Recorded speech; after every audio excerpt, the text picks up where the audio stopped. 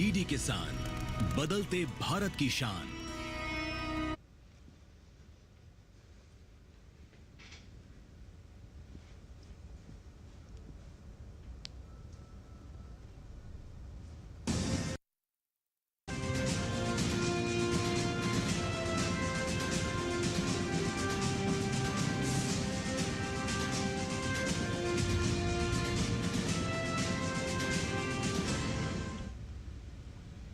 नमस्कार, स्वागत है आप सभी का किसान समाचार में। मैं हूं आपके साथ नीतीश भारद्वाज। नजर डालते हैं आज की हेडलाइंस पर।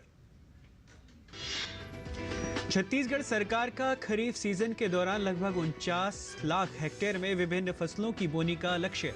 सरकार किसानों को देगी तकरीबन 10 लाख क्विंटल प्रमाणित बीज। मुख्यमंत्री विष्णुदेव साय ने कृषि विभाग अधिकारियों को खाद बीज उपलब्ध कराने के दिए निर्देश।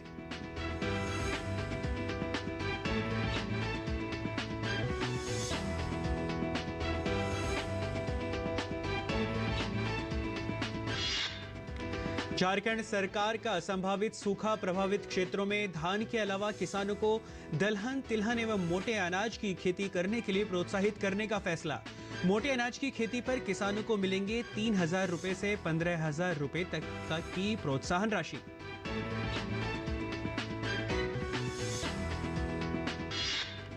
और असम में बाढ़ की स्थिति बनी हुई है गंभीर। कोपिली, कुशियारा, बराक नदियां खतरे के स्तर से ऊपर। 19 जिलों में 1325 गांव हैं जलमग्न। 4 लाख से अधिक लोग हैं प्रभावित।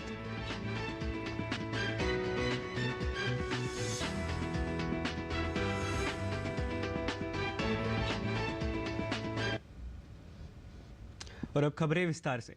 देश के कई राज्यों में मानसून ने दस्तक दे दी है। मानसून के शुरुआती बारिश के साथ ही किसान खेती किसानी के कामों में लग गए हैं। ऐसे में किसानों को सभी आवश्यक सामग्री समय पर मिल सके, इसके लिए कृषि विभाग भी तैयारियों में लग गया है। इस कड़ी में छत्तीसगढ़ सरकार ने इस वर्ष राज्य में खरीफ सीजन के दौरान 48.63 लाख हेक्टेयर क्षेत्र में विभिन्न फसलों की बोनी का लक्ष्य निर्धारित किया है।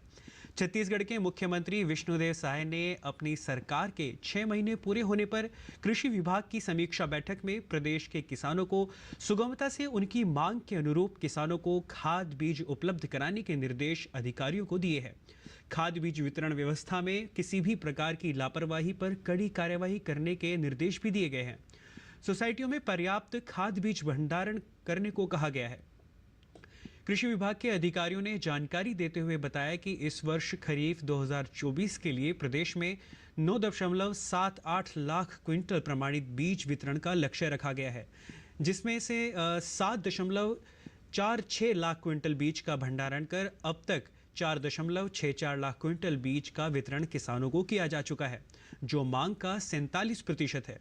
जबकि खरीफ वर्ष 2023 में प्रदेश में कुल 9.43 लाख क्विंटल प्रमाणित बीज वितरण किया गया था।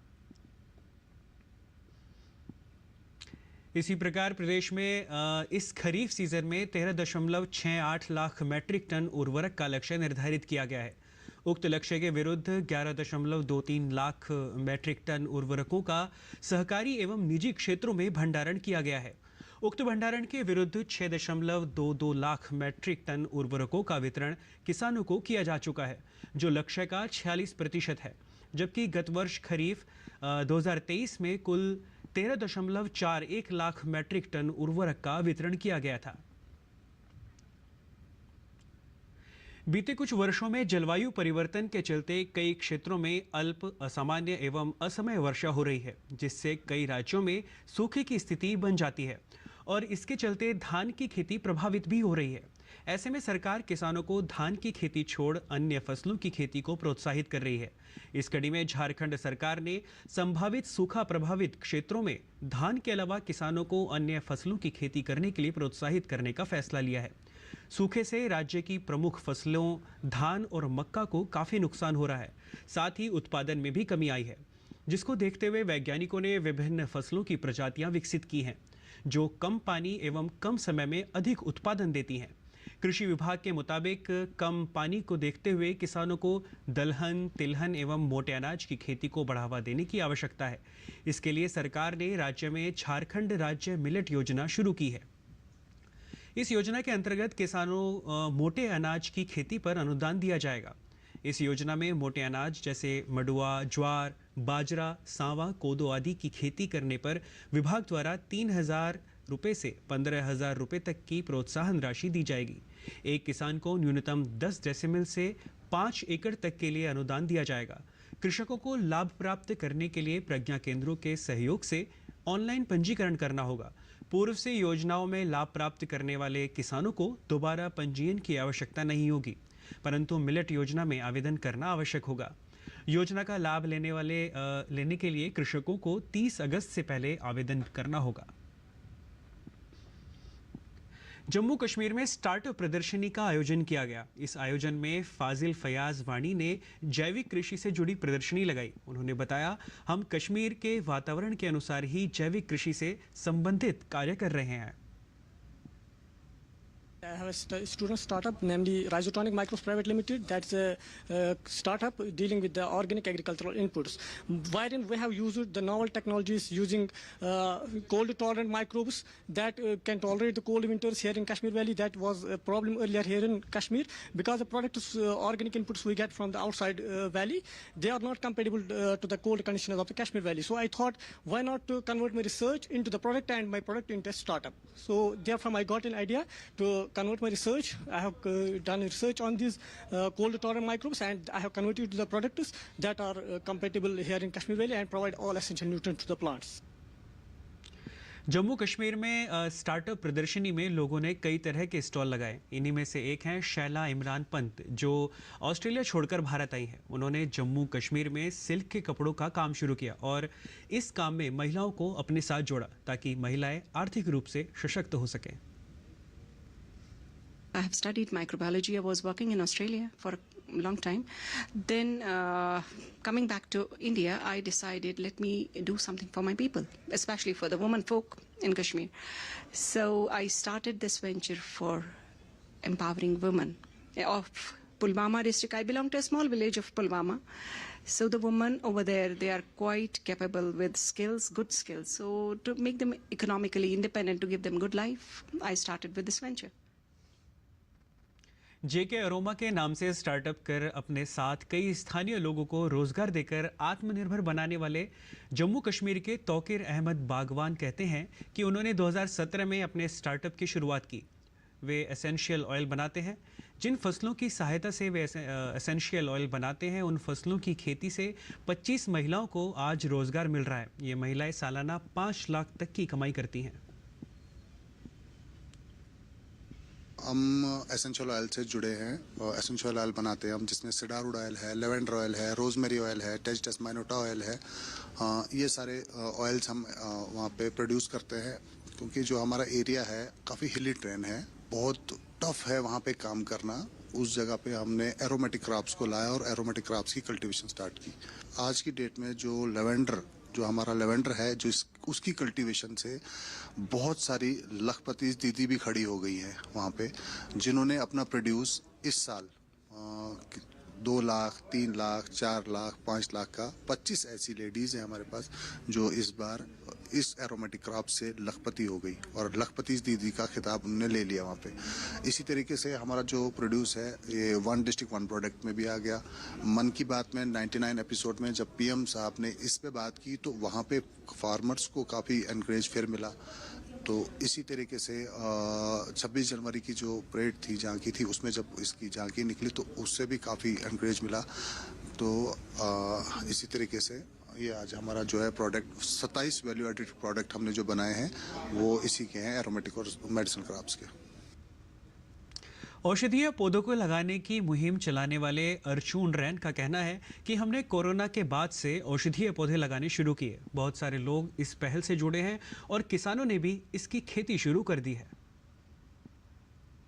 कोरोना में मैंने थोड़े से आर्टिकल्स पढ़े थे कि मेडिसिनल प्लांट जो है वो काफ़ी ज़्यादा यूज़फुल है कोरोना के खिलाफ, तो उस टाइम पे मेरा थोड़ा सा इंटरेस्ट इसमें बढ़ा।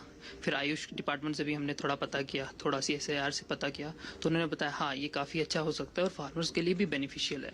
तो हमने धीरे धीरे करके इसकी कल्टीवेशन स्टार्ट कर दी। उसके बाद जब हमें प्रॉफिट होने लगा तो हमने फार्मर्स को ट्रेनिंग भी दी, फार्मर का भी इसमें प्रॉफिट होने लगा। फिर हमारा थोड़ा ये था कि इसको एक्सपेंड करें। उसके बाद हमने कोशिश की कि डिपार्टमेंट्स को क्यों ना ट्रेनिंग दी जाए, तो हमने एग्रीकल्चर डिपार्टमेंट को भी ट्रेनिंग दी, जिसके बाद हम थोड़ा सा और ग्रो कर पाए।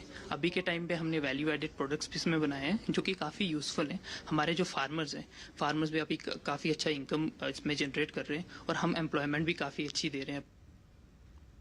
उधर जानवरों के पोषण युक्त आहार बनाने वाली जेसिका ने बताया कि जानवरों के लिए पौष्टिक आहार तैयार करने से अच्छी आमदनी हो रही है। In this 1 year, we have almost 5,000 farmers associated with us, and we have produced 500 tons of feed. And in this year, we have a turnover of 1 crore rupees, and we have provided employment to 25 people as of now. प्रचंड गर्मी की मार झेल रहे दिल्ली के लोगों को pre monsoon बारिश से काफ़ी राहत मिली है। बारिश से तापमान में भी गिरावट दर्ज की गई है। वहीं दिल्ली यूपी में अगले 3 से 4 दिन में मॉनसून दस्तक दे सकता है।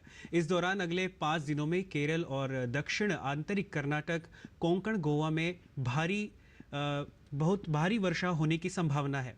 मॉनसून की बात करें तो तमिलनाडु, पौंडीचेरी, कराईकल में 23 जून से 25 तक अलग अलग स्थानों पर भारी बारिश हो सकती है। उत्तरी आंतरिक कर्नाटक और दक्षिण आंतरिक कर्नाटक में यहाँ भी बहुत ज़्यादा वर्षा होने की संभावना जताई जा रही है। इस दौरान उप हिमालयी पश्चिम बंगाल और सिक्किम में भी 64.5 से 115.5 मिलीमीटर से लेकर 15.5 से 204.4 मिलीमीटर में भी बारिश हो सकती है। अंडमान और निकोबार द्वीप समूह में भी कुछ ऐसा ही हाल है। यहाँ भी ज़्यादा बारिश होने की संभावना जताई गई है। बिहार, महाराष्ट्र में भी मौसम मिजाज बदला दिखा है। यहाँ भी तेज वर्षा होने की संभावना है।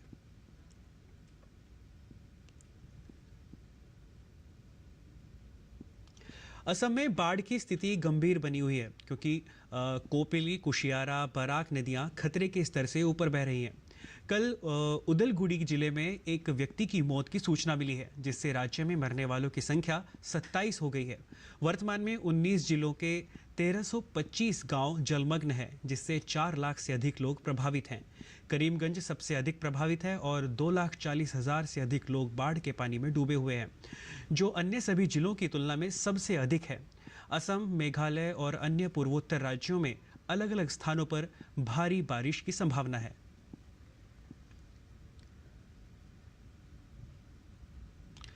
गुर्दे का कैंसर काफ़ी लोगों को प्रभावित करता है। जल्द पहचान और सही समय पर इलाज से गुर्दे के कैंसर को ठीक किया जा सकता है। आइए समझते हैं कि कौन से कारक इसके खतरे को बढ़ाते हैं और क्या होते हैं इसके लक्षण।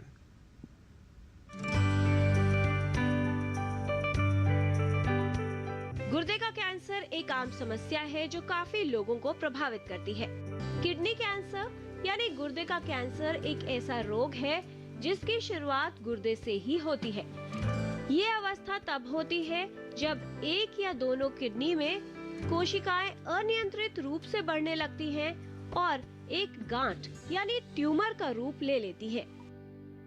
महिलाओं और पुरुषों में सबसे ज्यादा पहले 10 कैंसरों में किडनी कैंसर एक है। तकरीबन 4% कैंसर पेशेंट्स जो नेव डिटेक्ट होते हैं उनको किडनी कैंसर होता है।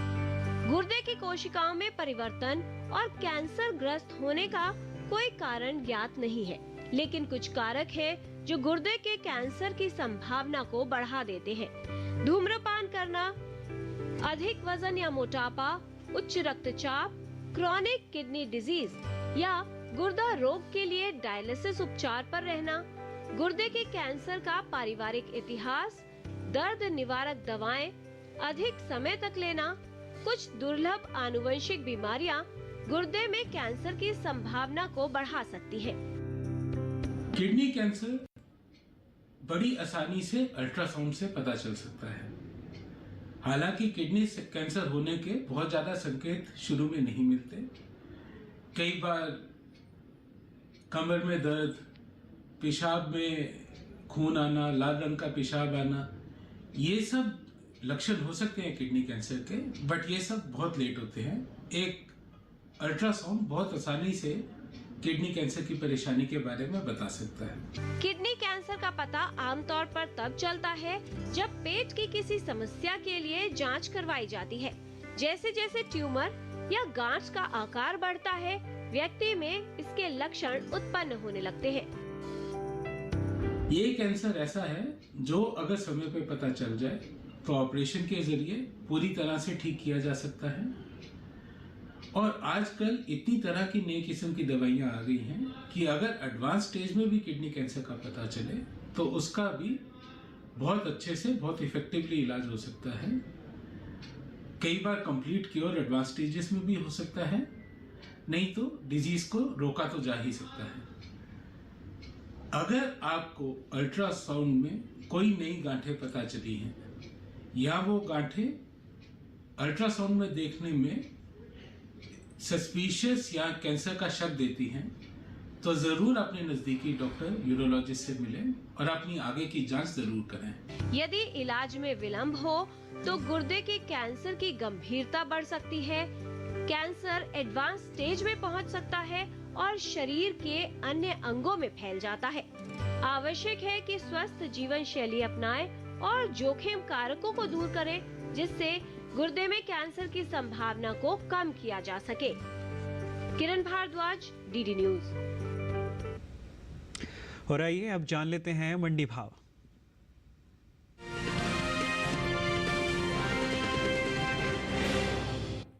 शुक्रवार को मंडियों में मूंगफली की आवक सामान्य बनी रही। वहीं ज्यादातर कृषि उपज मंडियों में मूंगफली की खरीद उठापटक के साथ हुई। मूंगफली के भाव की बात करें तो एगमार्क नेट के मुताबिक गुजरात की राजकोट मंडी में 20 जून को मूंगफली का भाव रहा 6,100 रुपए, जो कि 21 जून को 100 रुपए बढ़कर 6,200 रुपए पर पहुंच गया। वहीं राज्य की ध्रोल मंडी में भी इस दौरान मूंगफली के सौदे बढ़त के साथ हुए। यहां 21 जून को इसका भाव 150 रुपए उछलकर 5,725 रुपए पर पहुंच गया, जबकि तमिलनाडु की मंडी में 20 जून को मूंगफली की खरीद 9,500 रुपए पर हुई। 21 जून को यहां इसका भाव 1,000 रुपए टूटकर 8,500 रुपए पर आ गया। एटा मंडी में 20 जून को मूंगफली का भाव रहा 6,060 रुपए, जो कि 21 जून को 10 रुपए लुढ़क कर 6,050 रुपए पर आ गया। देश से होने वाली मूंगफली के निर्यात में कमी देखने को मिल सकती है। एपीडा की ओर से हाल ही में जारी ताजा आंकड़ों के मुताबिक साल 2024-25 में अप्रैल महीने के दौरान देश से होने वाला मूंगफली का निर्यात 60,302 टन का हुआ है, जबकि बीते साल इसी दौरान मूंगफली का निर्यात 72,836 टन का हुआ था। यानी अप्रैल महीने के दौरान मूंगफली के निर्यात में 12,000 टन की कमी देखने को मिली है। मूंगफली की पैदावार पर नजर डालें तो घरेलू स्तर पर इस साल रबी और खरीफ की मूंगफली की पैदावार में कमी देखने को मिल सकती है। कृषि मंत्रालय के दूसरे अग्रिम अनुमान के मुताबिक साल 2023-24 के दौरान कुल मूंगफली की उपज 86.54 लाख टन होने का अनुमान जताया गया है, जबकि बीते साल की समान अवधि के दौरान कुल मूंगफली की पैदावार 102.97 लाख टन रही थी। यानी मूंगफली की उपज में साल 2023-24 के दौरान 16.43 लाख टन की कमी देखने को मिल सकती है, जिसका असर कृषि उपज मंडियों में मूंगफली के बाजार भाव पर पड़ सकता है।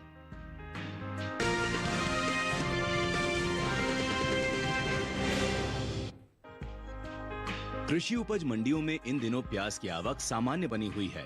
भाव की बात करें तो शुक्रवार को प्याज के सौदे मिले जुले रुख के साथ हुए। एगमार्क नेट के मुताबिक गुजरात की राजकोट मंडी में प्याज का कारोबार गिरावट के साथ हुआ।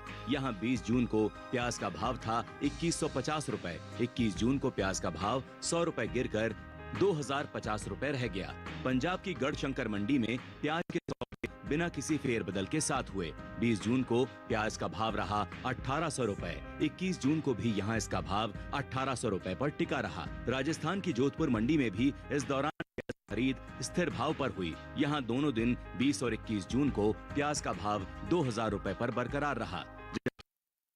मंडी में प्याज का कारोबार मजबूती के साथ हुआ। यहां 20 जून को इसका भाव रहा 2,060 रुपए, जो कि 21 जून को 140 रुपए चढ़कर 2,200 रुपए पर पहुंच गया। घरेलू स्तर पर प्याज की उपज में कमी देखने को मिल सकती है। कृषि मंत्रालय की ओर से बागवानी फसलों के लिए जारी पहले अग्रिम अनुमान के मुताबिक देश में प्याज की उपज बीते साल से कम होने की उम्मीद है। साल 2023-24 के दौरान प्याज की कुल उपज 31.01 मिलियन टन रहने का अनुमान जताया गया है, जबकि बीते साल प्याज की कुल पैदावार 31.69 मिलियन टन रही थी।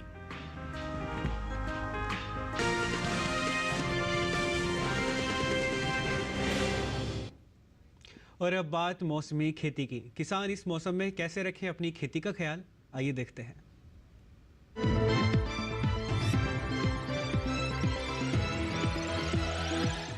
नमस्कार, आप देख रहे हैं डीडी किसान। मैं हूं एआई कृष और आज हम पश्चिम बंगाल, सिक्किम, केरल, उत्तर प्रदेश और महाराष्ट्र में होने वाली खेती किसानी से संबंधित सलाहों के बारे में पूरी जानकारी देंगे। पश्चिम बंगाल और सिक्किम के पहाड़ी क्षेत्र में भारी बारिश को देखते हुए सोयाबीन की बुवाई कुछ दिनों के लिए रोक दें। यहाँ के किसान मक्का और अदरक के खेतों में जल निकासी की उचित व्यवस्था करें। वहीं केरल में केले के पौधों को तेज हवाओं और बरसात में गिरने से बचाने के लिए सहारा दें। उत्तर प्रदेश में मूंग, उड़द और हरे चारे वाली फसलों में सिंचाई करें। सब्जियों के खेतों और नर्सरी में भी जरूरत के हिसाब से सिंचाई करते रहें। वहीं बागों में गर्मी के इस मौसम में समय समय पर सिंचाई करना जरूरी है। महाराष्ट्र के कोंकण में बागों में बारिश का फालतू पानी ना रुकने दें। सब्जियों के खेतों में उचित जल निकासी की व्यवस्था करें। इतना ही नहीं, यहाँ भारी बारिश की संभावना को देखते हुए धान की नर्सरी में फालतू पानी ना भरने दें। साथ ही कोंकण में आम, काजू, नारियल और सुपारी के हाल फिलहाल में लगाए गए पौधों को सहारा दें। तेज हवा या बारिश में गिरने से बचाने के लिए सब्जियों के नए पौधों को भी सहारा दें। तैयार सब्जियों की साफ मौसम में तुड़ाई करें और सुरक्षित स्थान पर रखें। मराठवाड़ा में खरीफ की कपास की बुवाई का काम करें। मराठवाड़ा के किसान अरहर, उड़द, मूंग और सोयाबीन भी बो सकते हैं। इन दिनों मराठवाड़ा में बाजरे और हरे चारे की बुवाई कर लें। इसी तरह कृषि और किसानों से जुड़ी हर महत्वपूर्ण जानकारी के लिए हमारे साथ जुड़े रहिए और देखते रहिए डीडी किसान। धन्यवाद।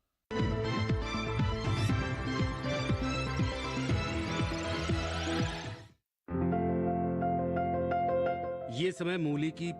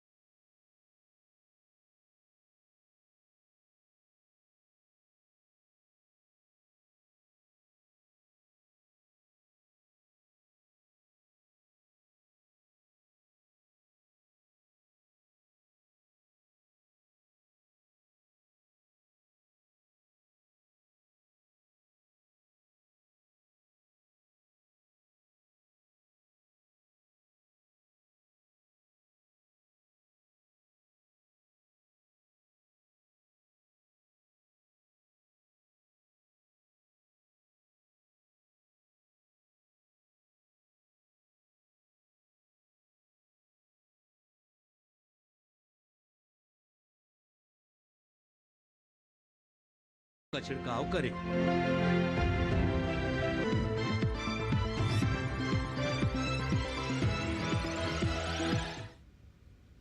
और अब रुख करते हैं आज की खास खबरों की ओर। बांग्लादेश की प्रधानमंत्री शेख हसीना भारत के दौरे पर हैं। उन्होंने राजघाट जाकर राष्ट्रपिता महात्मा गांधी को श्रद्धांजलि दी। शेख हसीना ने आगंतुक पुस्तिका पर अपने विचार भी साझा किए। दिल्ली आबकारी नीति मनी लॉन्ड्रिंग मामले में दिल्ली के मुख्यमंत्री अरविंद केजरीवाल की जमानत पर दिल्ली हाई कोर्ट ने फिलहाल रोक लगा दी है और फैसला अपने पास सुरक्षित रख लिया है।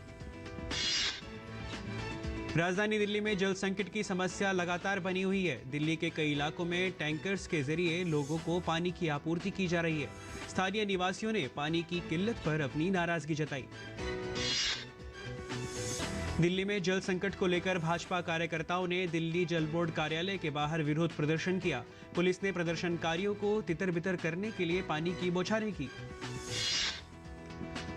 पेपर लीक को रोकने के लिए केंद्र सरकार ने लोक परीक्षा कानून 2024 लागू कर दिया है। इस साल फरवरी में यह कानून पारित हुआ था।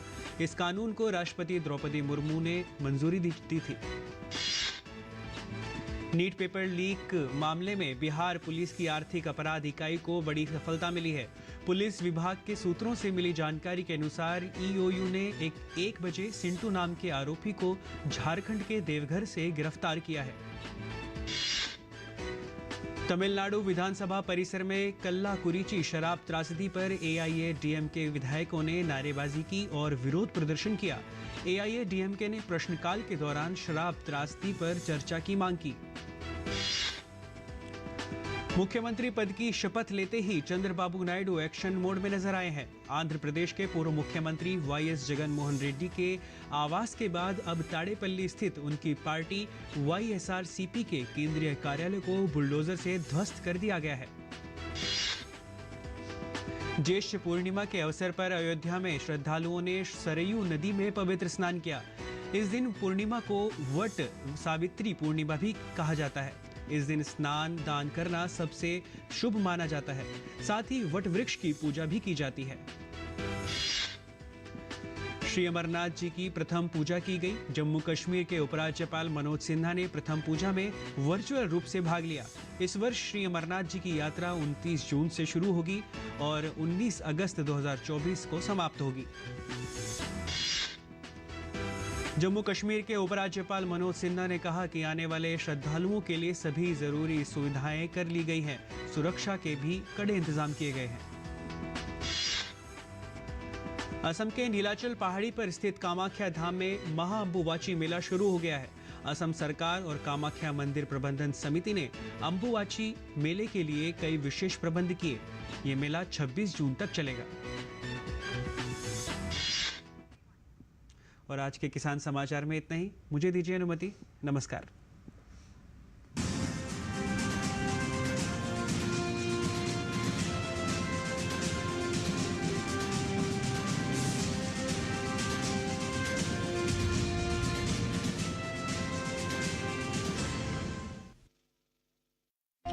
मन की बात है, जन जन की बात, सभी की कुछ अपनी सी कहानी, कुछ सफलताओं की, अनकही विरासत की, उम्मीदें नए भारत की। महीने के आखिरी रविवार का रहता है इंतजार। ब्रह्मपुत्र के घाट से हिमालय के विस्तार तक होती है मन की बात प्रधानमंत्री के साथ। तो सुनिए इस महीने 30 जून सुबह 11 बजे मन की बात आकाशवाणी और दूरदर्शन के सभी चैनलों पर।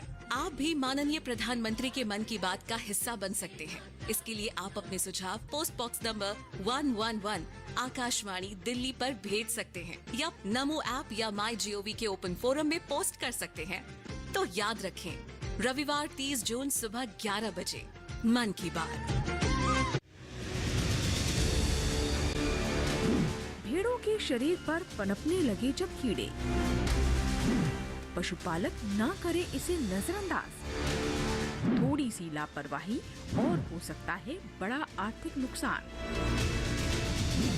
देखिए भेड़ों में फ्लाई स्ट्राइक, कारण, लक्षण और बचाव। इस रविवार शाम 6:30 पर अपना पशु चिकित्सक लाइव दूरदर्शन किसान चैनल पर।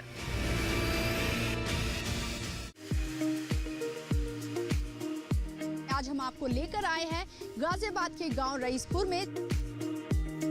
केचुए खाद के इस्तेमाल से मिट्टी के पोषक तत्वों में इजाफा होता है, जिससे मिट्टी की उर्वरता शक्ति बढ़ती है। लगभग 10 साल से वर्मी कंपोस्ट मैन्युफैक्चरिंग कर रहे हैं। हम वर्मी कंपोस्ट के साथ जैसे नीम पाउडर, नीम की निम्बोली से ऑयल निकलता है, वो एग्रीकल्चर में स्प्रे करने के लिए यूज़ किया जाता है। ये वर्मी कंपोस्टिंग बेस है इस देश को बढ़ाने के लिए, ऑर्गेनिक फार्मिंग को डेवलप करने के लिए। एक ही मकसद है हमारा कि ग्रीनरी को हम बढ़ा सकें और लोगों को ठीक भोजन पहुंचा सकें। मैं आलोक शर्मा। मैं विपिन ठाकुर। आ रहे हैं हम अपनी स्टार्टअप जर्नी के साथ। देखिए कृषि स्टार्टअप हर शनिवार रात 9:30 बजे और सोमवार शाम 4 बजे सिर्फ डीडी किसान पर।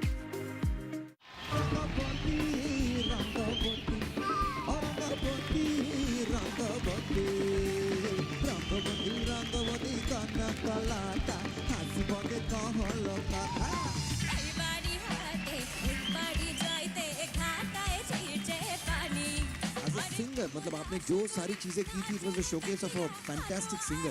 भारत का अमृत कलश हर शनिवार और रविवार शाम 7 बजे सिर्फ डीडी नेशनल पर। देश का पहला चैनल, देश का अपना चैनल।